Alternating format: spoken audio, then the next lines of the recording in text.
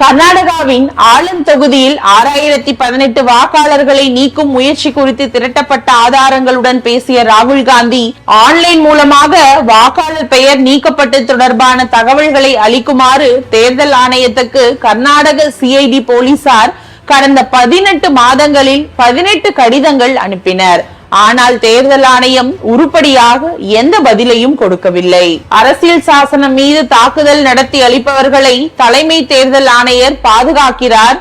Karnataka CID போலீசார் கேட்கும் cellphone எண்கள், ஓடிபி விவரங்களை தேர்தல் ஆணையம் ஒரு வாரத்துக்குள் வெளியிட வேண்டும். இல்லாவிட்டால் வாக்கு திருட்டில் ஈடுபட்டோரை தலைமை தேர்தல் ஆணையர் தீவிரமாக பாதுகாக்கிறார் என்பது உறுதியாகிவிடும் என்று ஆவேசமாக கூறியிருக்கிறார் ராகுல் காந்தி. ராகுல் காந்தியின் குற்றச்சாட்டுகள் தவறானவை, ஆதாரமற்றவை. அவர் கூறுவது போல வாக்காளர் பட்டியலிலிருந்து எந்த ஒரு பெயரையும் ஆன்லைனில் நீக்க முடியாது. தவிர பாதிக்கப்படும் நபரின் கருத்தை அறியாமல் அவரது பெயரை யாரும் நீக்கவே முடியாது. 2023 கர்நாடகாவின் ஆலன் சட்டப்பேரவை தொகுதியில் வாக்காளர்களின் பெயர்களை நீக்க சில முயற்சிகள் நடந்தன. ஆனால் அவை தோல்வியில்தான் முடிந்தன. இது தொடர்பாக விசாரணை நடத்த தேர்தல் ஆணையத்தால் FIR பதிவு செய்யப்பட்டது. ஆலன் தொகுதியில் 2018 பாஜகவின் சுபாத் குட்டேதரும் 2023 காங்கிரஸ் கட்சியின் PR பாட்டீலும் வெற்றி பெற்றனர் என்று தேர்தல் ஆணையம் தெரிவித்துள்ளது.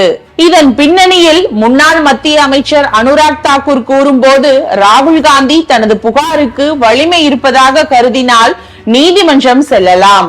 அவர் கூறிய தொகுதியில் இருந்து காங்கிரஸ் வேட்பாளர் வெற்றி பெற்றுள்ளார். வாக்கு திருட்டு நடந்திருந்தால் அவர் வெற்றி பெற்றிருக்க முடியுமா என்று கேள்வியும் எழுப்பியுள்ளார். ஆனால் ராகுல் காந்தியோ, உண்மையில் எனது வேலை ஜனநாயக நடைமுறைகளில் பங்கேற்பதுதான். ஆனால் ஜனநாயக அமைப்பை பாதுகாக்கும் வேலையை செய்து கொண்டிருக்கிறேன்.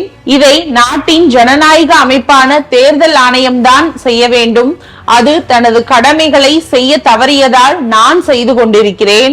இந்த வாக்கு திருட்டு விவகாரம் தொடர்பாக எனது குழுவினர் தீவிரமாக செயல்பட்டு கொண்டிருக்கின்றனர். இது இத்துடன் முடிய போகும் விஷயம் இல்லை.